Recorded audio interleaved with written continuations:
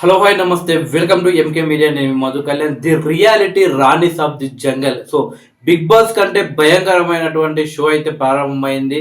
So దాదాపు 7 లాంగ్వేజెస్లో start అయినటువంటి షో ఎపిసోడ్ 2 గురించి మనం మాట్లాడుకుందాం. మొన్న ఎపిసోడ్ 1 గురించి అయితే మనం మాట్లాడుకున్నాం కాబట్టి ఇప్పుడు ఎపిసోడ్ 2 గురించి మాట్లాడుకుందాం.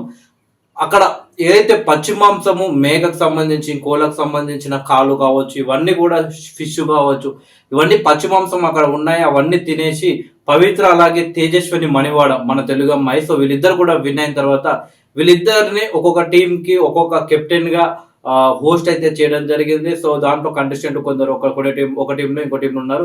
సో వీళ్ళకు ఏదైతే ఒక షెల్టర్ ఆ అడవిలో ఏర్పాటు చేశారో ఆ అడవిలో ఉన్న షెల్టర్ దగ్గరికి ఎవరైతే ముందుగా చేరుకుంటారో అక్కడ ఉన్నటువంటి లగ్జరీ షెల్టర్ వచ్చేసి ఫస్ట్ చేరుకున్న వాళ్ళకు ఉంటుంది. సో సెకండ్ చేరుకున్న వాళ్ళకు బయటే అడవిలో ఉండాల్సిన అవసరం ఉంటుంది. అంటే పెద్ద లగ్జరీ ఉండదు, జస్ట్ బయట ఎట్లాగైతే కట్టకప్పేసుకొని ఉంటాము మనం ఊర్లలో, ఆ టైపు ఉంటుందని చెప్పేసి పొలాల దగ్గర ఉన్నట్లు సో హోస్ట్ చెప్పడంతో అక్కడ నుండి ఏ టీం ముందు వెళ్తుందో వాళ్ళు లగ్జరీ రూమ్ విన్ అవుతారని చెప్పడంతో అక్కడ నుండి 2 టీంలు కూడా పరుగులు తీశాయి.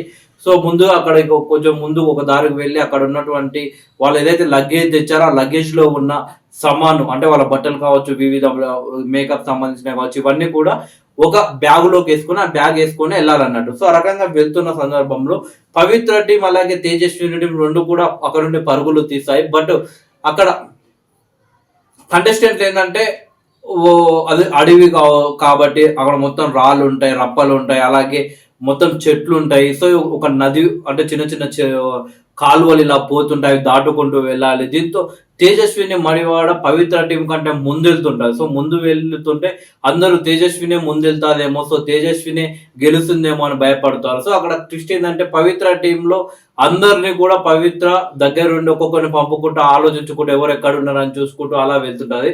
సో అది పవిత్ర ప్లాన్. తేజస్విని ప్లాన్ ఏంటంటే ఆ యొక్క లాజిక్ అనేది అర్థం చేసుకుందాం. ఏంటంటే టీం అక్కడికి చేరుకోవాలంటే టీంలో ఎవరన్నా ఒకరు అక్కడ చేరుకుని ఆ నిప్పు అంటే అక్కడ మనం ఒక రిబ్బన్ కటింగ్ టైప్ లో ఒక తాడు ఉంటుంది. మనం షాపింగ్ మాల్కి ఇలా రిబ్బన్ కటింగ్ చేస్తాం. బట్ అక్కడ ఏదైతే లగ్జరీ రూమ్ ఉందో దానికి సంబంధించి ఒక తాడిలా ఉంటుంది, దాని కింద మొత్తం గడ్డి ఉంటుంది.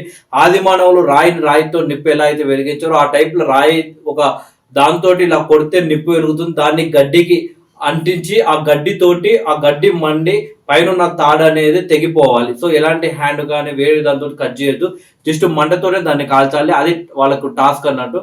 సో ఆ రకంగా తేజస్విని సో ముందుగా నేను వెళ్తే మా టీం రాకుండా సరే దాదాపు 7-8 మంది దాదాపు ఒక 5-6 మంది ఉండే టీంని ఒకటేసారి అందరం వెళ్ళాలి, అందరం తీసుకొని వెళ్ళాలంటే మాకన్నా ముందు వాళ్ళు వెళ్ళే అవకాశం ఉంటుంది. కాబట్టి సో నేను వెళ్తే సరిపోతుంది ముందు.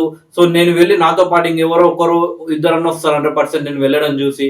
సో అప్పుడు మేము దాన్ని ముట్టియొచ్చు. నేను ముట్టించి గడ్డి అంటు పెట్టినా కానీ పక్కన ఉన్న గడ్డి వేయడానికి ఒకరు హెల్ప్ చేస్తుంటారు. సో అది ముట్టుకున్నప్పుడే ఒకరు హెల్ప్ చేస్తుంటారు. తేజస్విని మడివాడు గ్రహించి ముందు వెళ్తుంది. సో పవిత్ర టీంలో ఒక 5-6 మందిని వెంటేసుకొని ముందు వెళ్తుంది.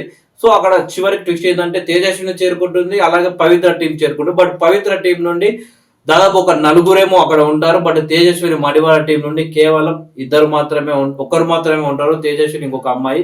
సో తేజస్వి చాలా ప్రయత్నాలు చేస్తున్నారు, అయినా కానీ నిప్పు అనేది రాదు.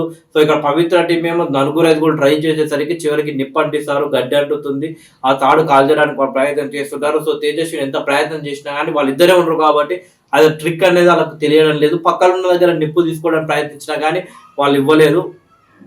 సో ఆ రకంగా తేజస్విని మడివాడ కంటే ముందే పవిత్ర టీం ఆ లగ్జరీ రూమ్ దగ్గర ఆ యొక్క తాడునైతే తెంపడం జరిగింది. సో వాళ్ళు విన్ అయ్యారు. సో అక్కడ మెయిన్ ప్రాబ్లం ఏంటంటే తేజస్విని టీంలో బేబికా అని ఒక అమ్మాయి కంటెస్టెంట్ ఉంది. సో ఆమె ముంబైకి సంబంధించిన అమ్మాయి. సో ఆమెనే ఈ టీం ఓడిపోవడానికి ప్రధాన కారణం తను చాలా లావుగా ఉండడం, తను నడవలేకపోవడం వల్ల తన బ్యాగులు ఇంకొకరు మోయడం కానీ తనకి హెల్ప్ చేసుకుంటూ ఇంకొకరు ఆ రకంగా 3 కంటెస్టెంట్స్ పక్కకే వెళ్ళిపోయారు. సో అందుకు తేజస్విని టీము చాలా ఇబ్బందులు పడింది.